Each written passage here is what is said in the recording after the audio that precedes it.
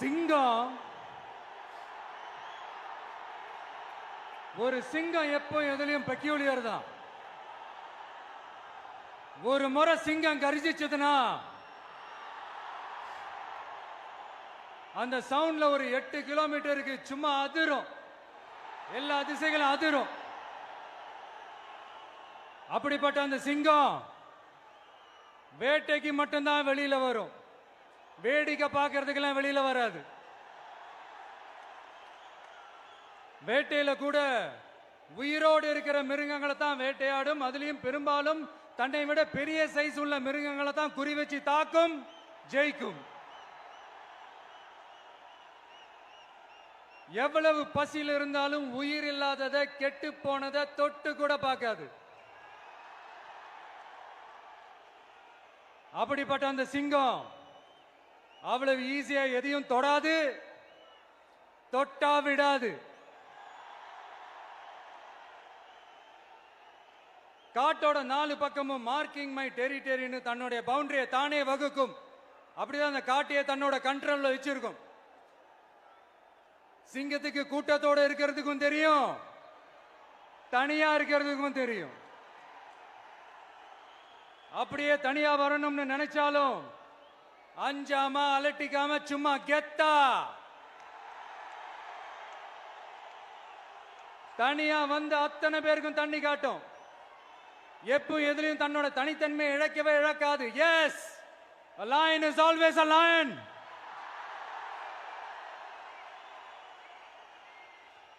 There are so many jackals and other animals in the forest, but there will be only one lion. And even if it is single, it will be the king of jungle. It is not only a description but also a clear declaration. சிங்கத்தை பத்தி பேசிட்டு நம்ம சிங்க குட்டிகளையும் சிங்க பெண்களையும் பத்தி நம்ம பேசாம இருக்க முடியுமா?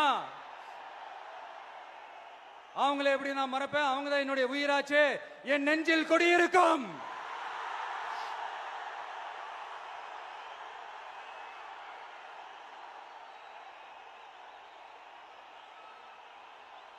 என்னுடைய தோழர்களுக்கும் தோழிகளுக்கும்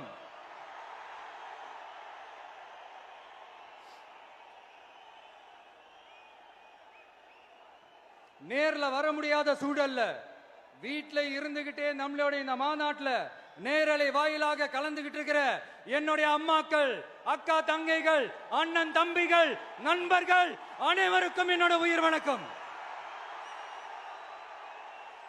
என்னோட உயிர் வணக்கம், என்னோட உயிர் வணக்கம்.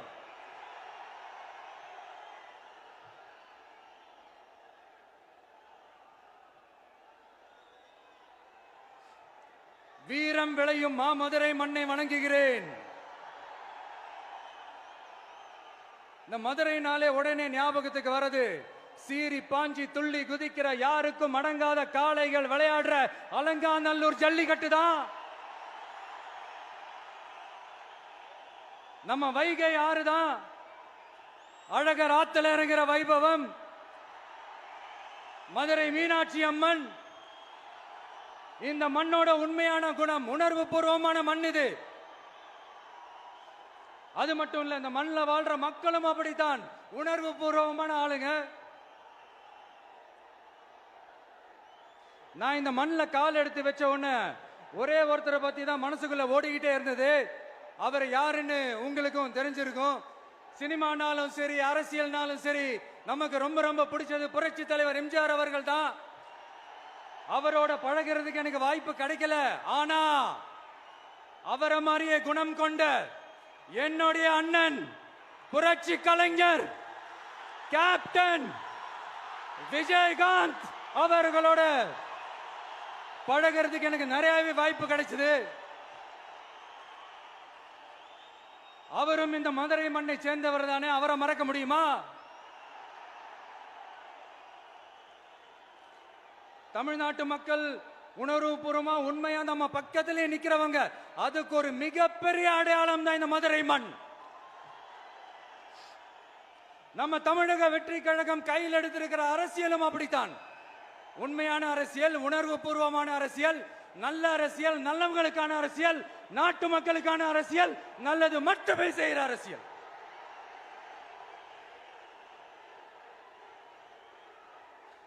இதோ நம்மளுடைய இந்த இரண்டாவது மாநில மாநாடு வாகை சூடும் வரலாறு திரும்புகிறது. அப்படி இந்த மாநாட்டுக்கு பேர் வச்சிருக்கிறோம். 1967 1977 நம்ம தமிழக அரசியல் ஒரு மிகப்பெரிய ஆட்சி அதிகார மாற்றங்கள் ஒண்ணு நடந்துச்சு இல்லையா?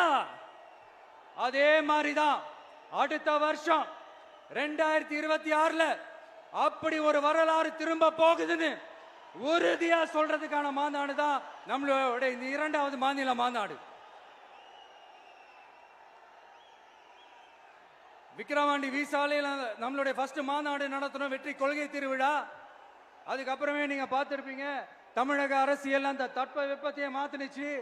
நமக்கு எதிராக எத்தனை குரல்கள். ஆனா உங்களுக்கு தான் நம்மளை பத்தி நல்லா தெரியுமே, எந்த குரலையும் காதலையே போட்டுக்காம மக்களோட குரலை மட்டுமே கேட்டுக்கிட்டு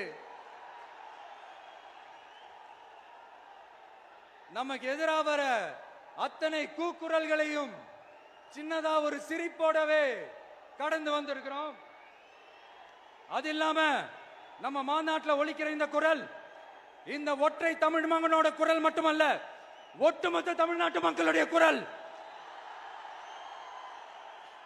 தமிழ்நாட்டில் இருக்கிற ஒவ்வொரு வீட்டில இருந்தும் ஒலிக்கிற குரல், ஒட்டுமொத்த உலகெங்கும் வாழும் ஒவ்வொரு தமிழ் வீட்டிலிருந்தும் எழும் குரல்.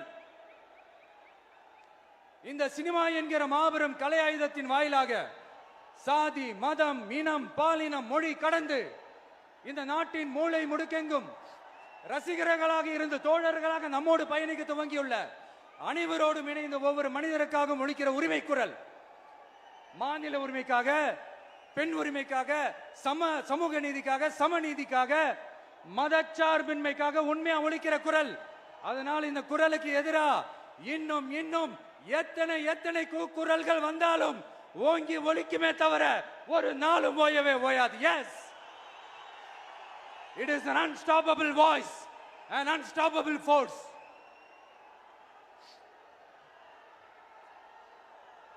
நம்ம அரசியலுக்கு வர்றதுக்கு முன்னாடி அட இவரெல்லாம் வர மாட்டாரியா, அவரே வரல, இவரே வரல, இவருங்க வர போறாரு அப்படின்ட்டு நிறைய பேர் ஜோஷியம் சொன்னாங்க.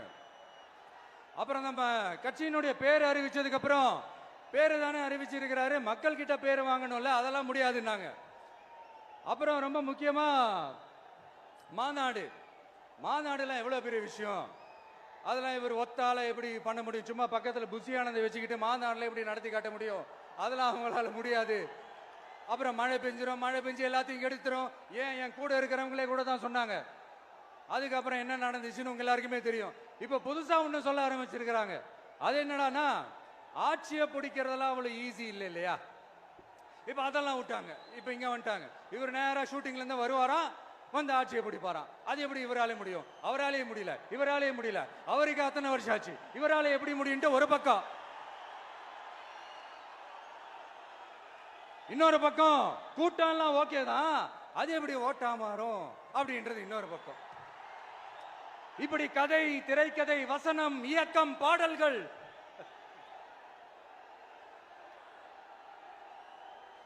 அதனால இந்த அரசியல் ஆய்வாளர்களுக்கு நான் சொல்றதெல்லாம் ஒன்னேதான், நல்லா கேட்டுக்கங்க. இந்த விஜய் ஏதோ இந்த பல லட்சம் பேர் கூடுற கூட்டத்தில் மட்டுமே இருக்கிறாரு அப்படின்னு மட்டும் தப்பு கணக்கு போட்டாதீங்க. ஏன்னா நம்மளுடைய இந்த கூட்டம் வெறும் ஓட்டா மட்டும் இல்லைங்க, வரப்போற தேர்தலில் மக்கள் விரோத ஆட்சியாளர்களுக்கு நாம வைக்க போற வேட்டா, நம்மளை கோட்டைக்கு அனுப்ப போற ரூட்டா இருக்க போதுன்னு சீக்கிரமாவே தெரிஞ்சுப்பீங்க. ஏன்னா கோடிக்கணக்கானவங்களோட ஹார்ட்லயும் வீட்லயும் ஏற்கனவே ஆல்ரெடி உயிரா, உணர்வா, உறவா இருக்கிறோம். நம்மளுடைய கனெக்ட் எல்லாம் வெறும் மக்களோட மட்டும்தான். நாம யாருன்னு அவங்களுக்கு தெரியும், அவங்க யாருன்னு நமக்கு தெரியும். நாமளும் நம்ம மக்களும் எப்படி இருக்கிறோம்னு எதிரிங்களுக்கு நல்லாவே தெரியும். இருந்தாலும் இந்த விஜய் எதுக்குப்பா வந்திருக்கிறாரு, இவர் என்ன புதுசா என்ன திட்டம்லாம் சொல்லிட்டாரு அப்படின்னு வேற நிறைய கேள்விகள். இந்த சொல்றேன் தெரிஞ்சுக்கங்க. பெண் குழந்தைகள், பெண்கள் மற்றும் வயசானவங்களோட பாதுகாப்புல தான் நம்ம பிரையாரிட்டியே. அடுத்து இளைஞர்கள், உழவர்கள், உழைப்பாளர்கள், நெசவாளர்கள், மீனவர்கள், ஆதரவற்ற முதியோர்கள், மாற்றுத்திறனாளிகள், மூன்றாம் பால் இனத்தவர்கள்னு இன்னும் யாருக்கெல்லாம் கவர்மெண்டோட ஒரு ஸ்பெஷல் அட்டென்ஷன் தேவையோ அவங்க எல்லாருக்குமான ஒரு கவர்மெண்ட் அமைக்கிறது தான் நம்ம இலக்கே. நான் ஏற்கனவே சொன்னதை தான் இங்க நான் திரும்பவும் சொல்றேன். நம்மளுடைய இந்த தமிழக வெற்றி கழகம் ஏதோ அரசியல் ஆதாயத்துக்காக தொடங்கப்பட்ட கட்சியெல்லாம் கிடையாதுங்க. கொள்கை கோட்பாடுகளோடு தந்தை பெரியார், பெருந்தலைவர் காமராஜர், அண்ணல் அம்பேத்கர், வீரமங்க வேலு நாச்சியார், மக்கள் சேவகர் அஞ்சலை அம்மாள், நம்மளுடைய 5 கொள்கை தலைவர்களோட வழிகாட்டுதல்களோடு தொடங்கப்பட்ட கட்சி. நம்ம ஸ்டாண்ட்ல நாம எப்பவுமே ஸ்ட்ராங்கா தாங்க இருக்கிறோம். அதுல எந்த மாற்றத்துக்கோ எந்த சமரசத்துக்கோ துளி கூட இடமில்லை. நம்மளுடைய ஒரே கொள்கை எதிரி பாஜக தான். நம்மளுடைய ஒரே அரசியல் எதிரி திமுக தான். எப்படி? நம்மளுடைய ஒரே கொள்கை எதிரி, நம்மளுடைய ஒரே அரசியல் எதிரி ஏதோ அண்டர் கிரவுண்ட் ஆதாயத்துக்காக டீல் போட்டுக்கிட்டு டீல் பேசிக்கிட்டு இந்த அலையன்ஸ் வச்சுக்கிட்டு இந்த ஊரை ஏமாத்துற கட்சி எல்லாம் நம்ம டிவிக்கே கிடையாதுங்க. யாருக்காகவும் எதுக்காகவும் எந்த பயமும் கிடையாது. மாபெரும் பெண்கள் சக்தி நம்மளோட இருக்கிறாங்க, மாபெரும் இளைஞர்கள் சக்தி நம்மளோட இருக்கிறாங்க, ஒட்டுமொத்த தமிழ்நாட்டு மக்களுடைய சக்தி நம்மளோட நிக்கிறாங்க. அப்படி இருக்கும்போது இந்தியாவில் இருக்கிற எல்லா ஸ்டேட்லயும் வாழ்ற நம்ம தமிழ் நெஞ்சங்கள் மட்டும் இல்ல, உலகம் பூரா 100க்கும் மேலான நாடுகள்ல வாழ்ற நம்ம தாய் தமிழ் உறவுகள் எல்லாருமே என்ன விஜய் தளபதி விஜய் இல்லனா விஜய் தளபதி இப்படி சொந்தம் கொண்டாடுற கோடிக்கணக்கானவங்களோட அன்பு மாசியும் நம்மளோட இருக்கும்போது, இவங்க எல்லாருமே நம்மளோட நிற்கும் போது எதுக்குங்க இந்த பாசிச பாஜகவோட நேரடி கூட்டணியோ இல்ல மறைமுக கூட்டணியோ உறவு வச்சுக்க? நாம என்ன உலகமாக ஊழல் கட்சி? என்ன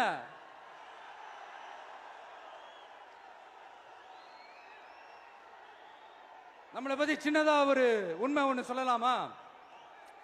என்னடா இவர் வாயால இப்படி சொல்றாருன்ட்டு யாரும் தவறா நினைச்சுக்க வேணாம். ஏன்னா இது ஒரு விதத்துல ஒரு ஃபேக்டும் கூட. அதனாலதான் நான் சொல்லணும்னு ஆசைப்படுறேன். நம்ம யார் தெரியும்ல? நாம எல்லாருமே சொல்றேன். நாம யார் தெரியும்ல? இந்தியாவின் மாபெரும் மக்கள் சக்தி கொண்ட ஒரு மகத்தான வெகுஜன மக்கள் படை.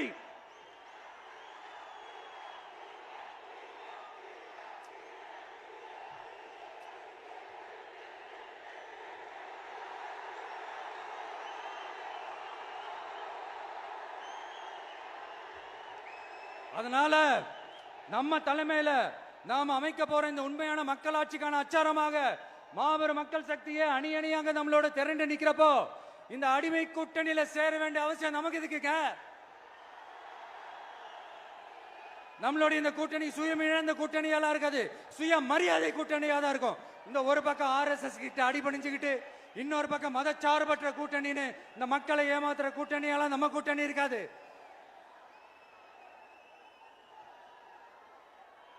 நான் இப்பவும் சொல்றேன், நம்மளை நம்பி வர்றவங்களுக்கு ஆட்சியிலும் அதிகாரத்திலும் உறுதியாக பங்களிப்பு செய்யப்படும். உடனே இந்த கேள்விகள்லாம் வரும். அப்ப யாரு கூட்டணி, யாரு வரா, யாரு போறா, இந்த கேள்விகள்லாம் வரும். இந்த கேள்விகளுக்கெல்லாம் ஒரே ஒரு பதில் தான், சஸ்பென்ஸ்ல சஞ்சாரம் செய்யுங்க. ஆனா ஒண்ணு, 2026ல 2 பேருக்கு நடுவுல தான் போட்டியே. ஒன்னு TVK, இன்னொன்னு DMK. இந்த போட்டி எப்படி இருக்க போதுன்னா, இந்த அலையன்ஸை வச்சு எப்படியாவது நம்ம தப்பிச்சிடலாம். என்ன இந்த பழைய இந்த மேத்தமேட்டிக்ஸ் அரித்மேட்டிக்ஸ் இதெல்லாம் வச்சு எப்படியாவது நம்ம தப்பிச்சிடலாம் அப்படின்னு நினைக்கிறவங்களோட அந்த கனவு ஒரு நாளும் மைப்படாது. சரி, இப்ப நம்ம வேற ஒரு ஏரியாவுக்கு ஒண்ணு வருவோம். எதிர்காலம் வரும், என் கடமை வரும், இந்த கூட்டத்தின் ஆட்டத்தை ஒழிப்பேன்.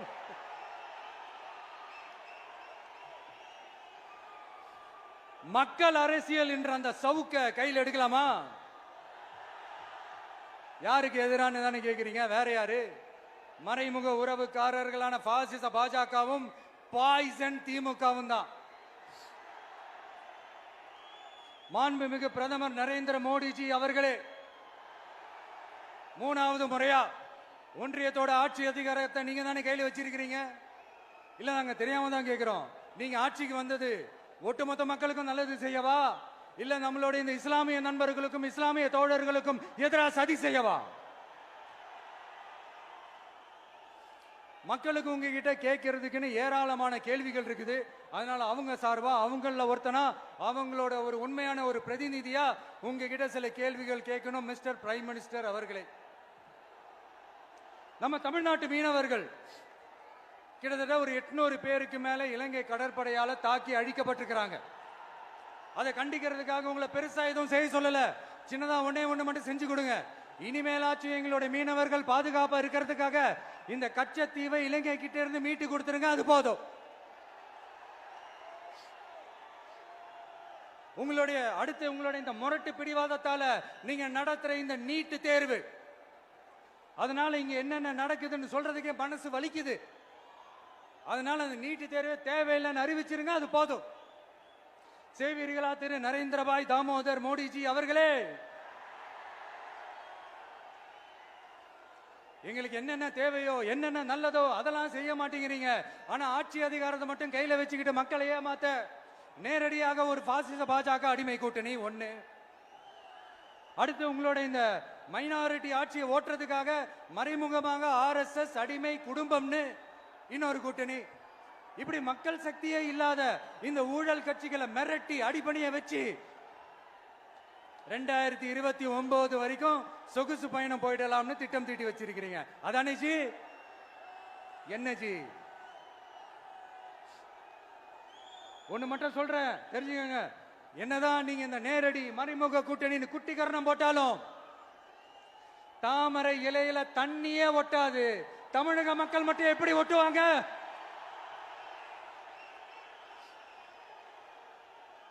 இங்க ஒரு MP சீட்டு கூட தரலன்றதுக்காக தமிழ்நாட்டுக்கும் தமிழ்நாட்டு மக்களுக்கும் எதுவுமே செய்யாம ஓரவஞ்சனை செய்யுது இந்த ஒன்றிய பாஜக அரசு. சங்கம் வச்சு தமிழ் வளர்த்த மண் இந்த மதுரை மண். அதனால இங்க அந்த கீழடியில கிடைச்ச ஆதாரங்களை எல்லாம் மறைச்சிட்டு எங்க நாகரிகத்தையும் எங்க வரலாறையும் அழிக்கிறதுக்காக உள்ளடி வேலை செய்யலாம்னு நினைக்கிறீங்க. தமிழ்நாட்டை தொட்ட என்ன நடக்கும் நீங்க பல உதாரணங்கள் இருக்குது. அதனால இதையெல்லாம் மறைச்சிட்டு எங்க மக்களை ஏமாத்திடலாம்னு மட்டும் நினைக்காதீங்க. மத நல்லிணக்கத்திற்கு பெயர் பெற்ற இந்த மதுரை மண்ணிலிருந்து சொல்றேன், உங்க எண்ணம் எல்லாம் ஒரு நாளும் ஈடேறாது.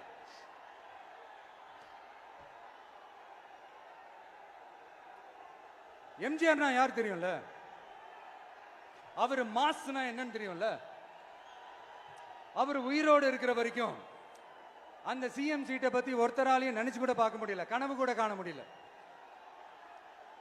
எப்படியாவது அந்த சிஎம் சீட்டை என்கிட்ட கொடுத்துருங்க, என் நண்பர் எம்ஜிஆர் திரும்ப வந்ததுக்கு அப்புறம் நான் திருப்பி கொடுத்துறேன்னு தன்னோட எதிரியை கூட மக்கள் கிட்ட கெஞ்ச வச்சவர் எம்ஜிஆர். எப்படி கெஞ்ச வச்சவர்?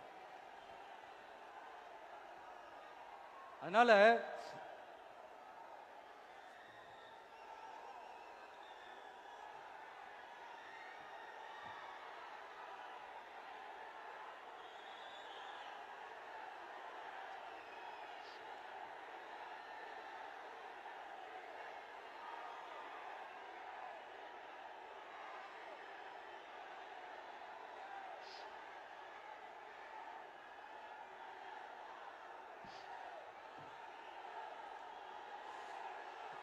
ஆனா இப்போ அவர் ஆரம்பிச்ச அந்த கட்சியை, எம்ஜிஆர் அவர்கள் ஆரம்பிச்ச அந்த கட்சியை கட்டி காக்கிறது யாரு? இன்னைக்கு அந்த கட்சி எப்படி இருக்குது அதை நான் சொல்லிதான் உங்களுக்கு தெரியணுமா என்ன? அப்பாவி தொண்டர்கள் அதை வெளியில சொல்ல முடியாம வேதனையில தவிக்கிறாங்க. 2026 சட்டமன்ற தேர்தலில் யாருக்கு ஓட்டு போடணும், எப்படிப்பட்ட ஆட்சி இங்க அமையணும்னு அந்த அப்பழுக்கற்ற அந்த தொண்டர்களுக்கும் ரொம்ப நல்லாவே தெரியும். அதனால என்ன வேஷம் போட்டுக்கிட்டு பாஜக இங்க தமிழ்நாட்டுக்குள்ள வந்தாலும் அவங்க வித்தை எல்லாம் இங்க வேலைக்கே ஆகாது. இப்படி பொருந்தா கூட்டணியா இந்த பாஜக கூட்டணி இருக்கிறதுனால இப்ப ஆட்சியில இருக்கிற இந்த வெற்றி விளம்பர மாடல் திமுக என்ன செய்துன்னு தெரியும்ல? பாஜகவோட உள்ளுக்குள்ள ஒரு உறவை ஒண்ணு வச்சுக்கிட்டு வெளியில எதிர்க்கிற மாதிரி, அப்படி எதிர்க்கிற மாதிரி ஒரு டிராமா ஒண்ணு பண்ணிக்கிட்டு எதிர்கட்சியா இருந்தா போங்க மோடின்னு பலூன் விடுறது, ஆளுங்கட்சியா இருந்தா வாங்க மோடின்னு கொடை பிடிச்சுக்கிட்டு கும்பிடு போடுறது. இது மட்டுமா? ஒரு ரைடுன்னு ஒன்று வந்துட்டா போதும், இது வரைக்கும் போகவே போகாத ஒரு மீட்டிங், அதை காரணம் காட்டி டெல்லிக்கு போறது, அங்க ஒரு சீக்கிரட் மீட்டிங் நடத்துறது.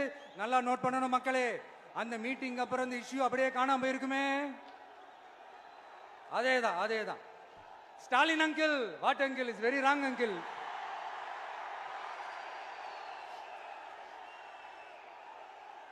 இப்படி தமிழ்நாட்டில் இப்ப நடக்கிற இந்த ஆட்சியினுடைய லட்சணத்தை பார்த்துக்கிட்டு நாம எப்படி சும்மா இருக்க முடியும்?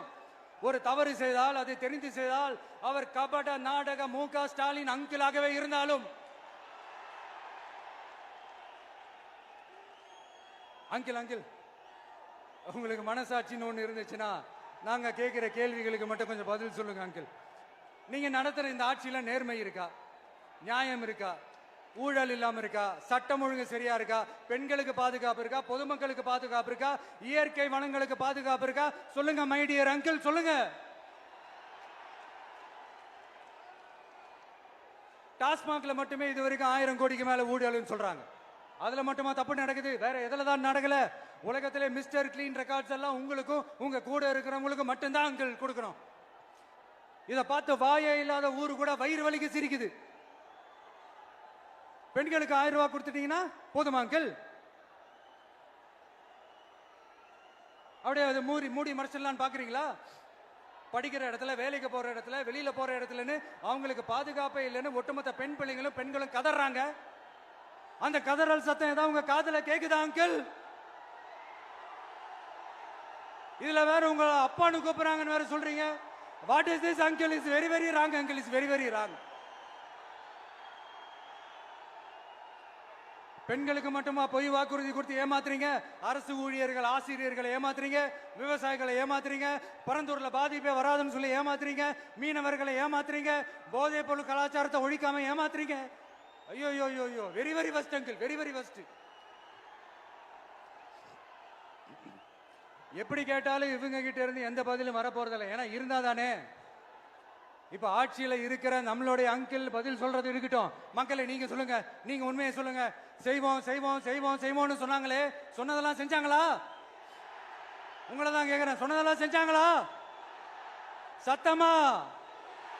சத்தமா மை டியர் அங்கிள், கேக்குதா? மக்களோட சத்தம் கேக்குதா? இது வெறும் சாதாரணமான முழக்கம் தான். கூடிய சீக்கிரம் மக்களை போய் சந்திக்க போறேன், அவங்களோட மனசு விட்டு பேச போறேன். அதுக்கப்புறம் இந்த சாதாரணமான முழக்கம் இடி முழக்கமா மாறும். அத்தோட நிக்காது. அந்த இடி முழக்கம் தமிழ்நாட்டோட போர் முழக்கமா மாறும். அந்த போர் முழக்கம் உங்களை ஒரு நிமிஷம் கூட தூங்க விடாது. நடக்குதா இல்லையான்னு பாருங்க. என்னடா இவன் இவ்வளவு ஸ்ட்ராங்கா சொல்றானேன்னு பாக்குறீங்களா? எல்லாரும் கட்சி ஆரம்பிச்சதுக்கு அப்புறம் தான் ஒவ்வொரு வீட்டுக்குள்ளேயும் போறதுக்கு ட்ரை பண்ணுவாங்க. ஆனா நாங்க அப்படி இல்லை. ஒவ்வொரு வீட்டுக்குள்ளேயும் போனதுக்கு அப்புறம் தான் கட்சியாவே ஆரம்பிச்சிருக்கிறோம்.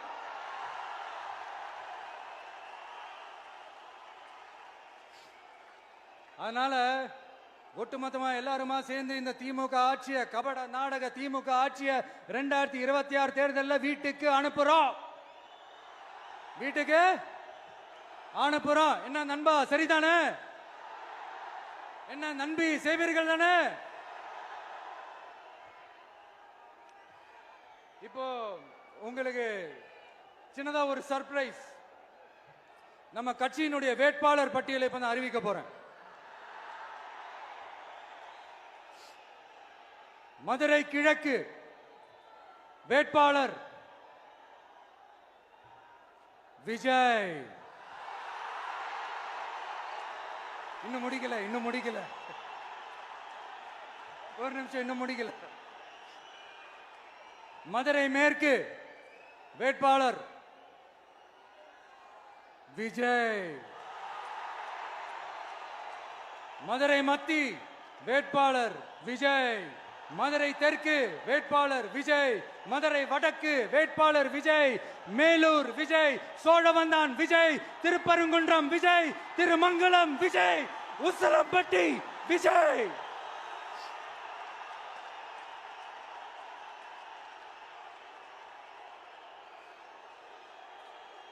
என்னடா எல்லா தொகுதியிலையும் ஒரே வேட்பாளர்னு பாக்குறீங்களா? 234 தொகுதியிலையும் இந்த விஜய் தான், அதாவது உங்க விஜய் தான் உங்க சின்னம். இன்னும் சிம்பிளா சொல்லணும்னா உங்க வீட்டில் இருக்கிற ஒருத்தர் தான் வேட்பாளரா நிக்க போறாங்க. அந்த வேட்பாளரும் நானும் வேறு வேறு இல்லை. நீங்க அவருக்கு ஓட்டு போட்டீங்கன்னா எனக்கு ஓட்டு போட்ட மாதிரி, இந்த முகத்துக்காக நீங்க ஓட்டு போட்டீங்கன்னா உங்க வீட்டில் இருக்கிற உங்களுடைய வேட்பாளர் ஜெயிச்ச மாதிரி. என்னடா இவர் ஏதோ ஓவரா சொல்றாருன்னு நினைக்க வேணாம். பிராக்டிக்கலா அப்படிதான் இருக்கும், அப்படிதான் இருக்கணும். நீங்களும் அப்படிதான் நினைப்பீங்கன்னு நான் நம்புறேன். ஏன்னா இது நம்மளை விட நம்ம எதிரிங்களுக்கு இன்னும் நல்லாவே தெரியும். அதனால எல்லாம் இந்த அதிகார பலம் எல்லாத்தையும் தூக்கிட்டு வந்துருவாங்க. வரட்டும், பாத்துக்கலாம். TVK will take it, TVK will meet it, TVK will compete with it and TVK will conquer it, TVK will conquer it.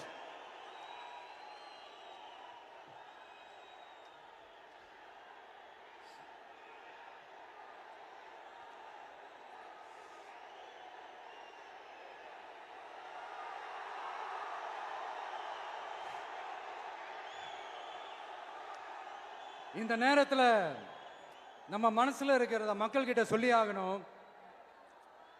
Thoothukudi ஸ்னோலினோட அம்மா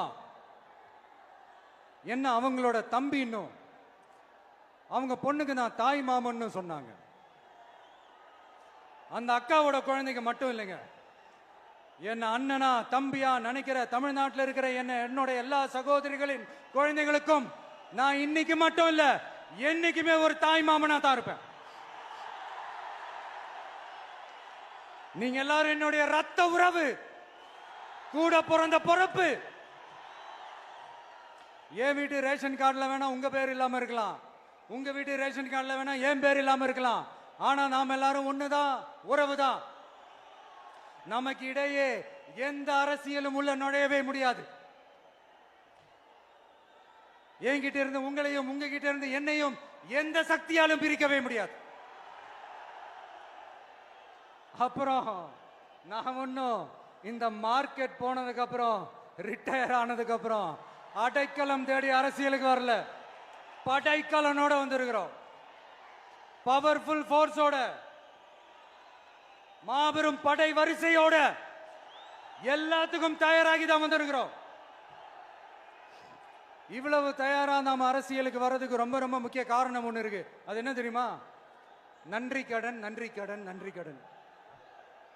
கிட்டத்தட்ட ஒரு 30 வருஷமா, 30 வருஷத்துக்கு மேல நீங்க தான், நம்ம மக்கள் தான் என் கூட நிக்கிறீங்க, எனக்காக நிக்கிறீங்க, என்னை தாங்கி பிடிக்கிறீங்க, மனசுல ஏந்தி பிடிக்கிறீங்க, தாய் அன்போட மடியில ஏந்திக்கிறீங்க.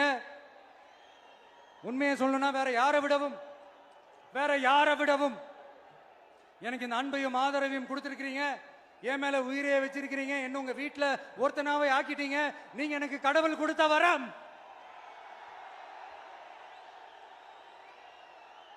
உலகம் பூரா நமக்காக நம்ம கூட நிக்கிற நம்ம மக்களை நான் எப்படி மறப்பேன்? நான் என் லைஃப்ல ரொம்ப உயிரா நினைக்கிறதே பெண்களை, குழந்தைங்களை, இளைஞர்களை, உழைக்கிற மக்களை தான். இவங்க தான் நம்மளோட வகைரா. இதை பார்த்துதான் நம்மளோட எதிரிகளுக்கு பத்தி எரியுது. அதுக்காக நாம என்ன செய்ய முடியும்? அதனால நம்ம உறவுகளை, சொந்தத்தை, வகைராவை யாருக்காகவும் எதுக்காகவும் விட்டு கொடுக்க முடியாது இல்லையா?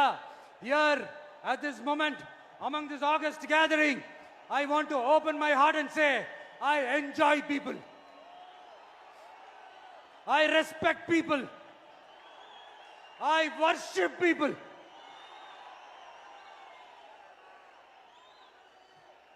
சரிப்பா, இவ்வளவு செஞ்ச நம்ம மக்களுக்கு நன்றி கடனா உன்னால முழுமையா செலுத்த முடியுமான்னு கேட்டா சத்தியமா சொல்றேன், என்னால முடியாதுதான்.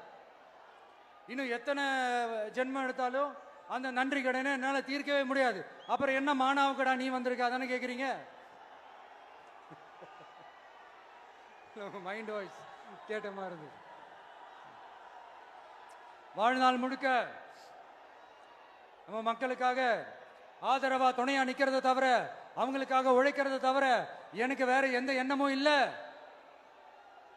எனக்கு இப்ப வேற வேலையும் இல்லை.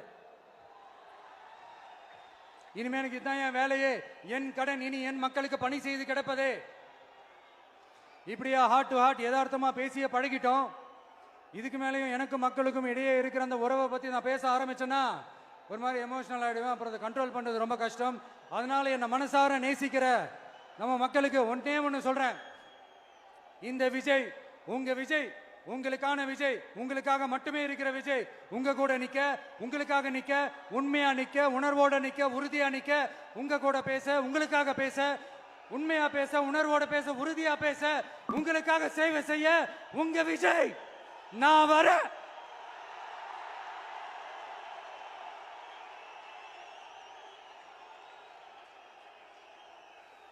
சொல்லல முக்கியம், செயல் செயல் செயல் தான் முக்கியம். செய்கை தான் சும்மா சிறப்பா இருக்கணும். நான் ஆட்சிக்கு வந்தேன்னா சும்மா அது செய்வேன், இது செய்வேன், நல்லது செய்வேன், உருட்டுவேன், புரட்டுவேன், அதெல்லாம் கிடையாது. செய்யறதுக்கு நல்லது, செய்யறதுக்கு நல்லது செய்யறதுக்கு மட்டும்தான் இந்த விஜய். அப்புறம் ஒரு அரசியல் தலைவன் அவன் சினிமாக்காரனா, நல்லவனா, கெட்டவனா, இதெல்லாம் தாண்டி அவன் உண்மையானவனா, அதுதான் ரொம்ப ரொம்ப முக்கியம்.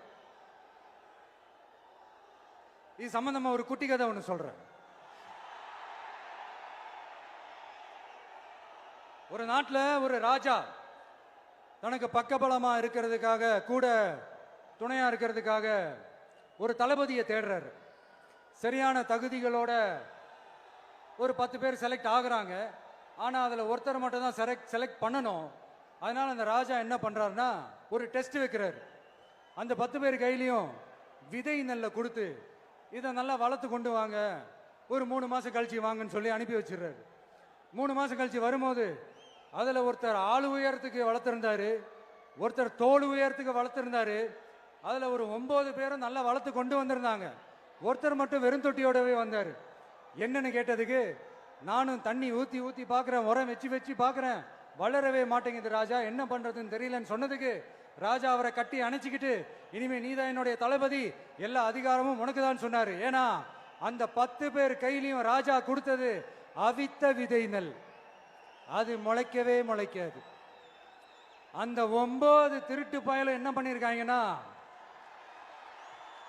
வேற விதை நெல்ல வாங்கி அதை வளர்த்துட்டு ராஜாவையும் மக்களையும் ஏமாத்திருக்கிறாங்க. ஆனா இவர் மட்டும் உண்மையை போட்டு உடைச்சிட்டார். அதனால ஒரு நாட்டுக்கு திறமை எந்த அளவுக்கு முக்கியமோ அந்த அளவுக்கு உண்மையும் நேர்மையும் முக்கியம். இப்போ நீங்க எல்லாரும் தான் அந்த ராஜா. நீங்க தேர்ந்தெடுக்க போற அந்த தளபதி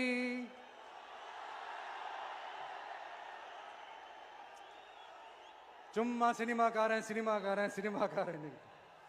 அம்பேத்கர் அவர்களை தோக்கடிச்சது சினிமாக்காரன் இல்ல, அரசியல்வாதி. காமராஜர் அவர்களை தோக்கடிச்சது, இங்க விருதுநகர் பகுதியில் தோக்கடிச்சது சினிமாக்காரன் இல்ல, இன்னொரு அரசியல்வாதி. இன்னைக்கும் நம்ம கூட வாழ்ந்துட்டு இருக்கிற நல்ல கண்ணு ஐயாவை தோக்கடிச்சது சினிமாக்காரன் இல்ல, அரசியல்வாதி. இப்படிப்பட்ட நல்ல நல்ல தலைவர்களை எதிர்த்து நின்று தோக்கடிக்கணும்னு அந்த எண்ணத்தை உருவாக்குனது சினிமாக்காரன் இல்ல, அரசியல்வாதி. அதனால எல்லா அரசியல்வாதியும் அறிவாளியும் கிடையாது, எல்லா சினிமாக்காரனும் முட்டாளும் கிடையாது. கான்பிடண்டா இருங்க, நல்லதே நடக்கும், வெற்றி நிச்சயம். மீண்டும் சந்திக்கும் வரை நன்றி, வணக்கம்.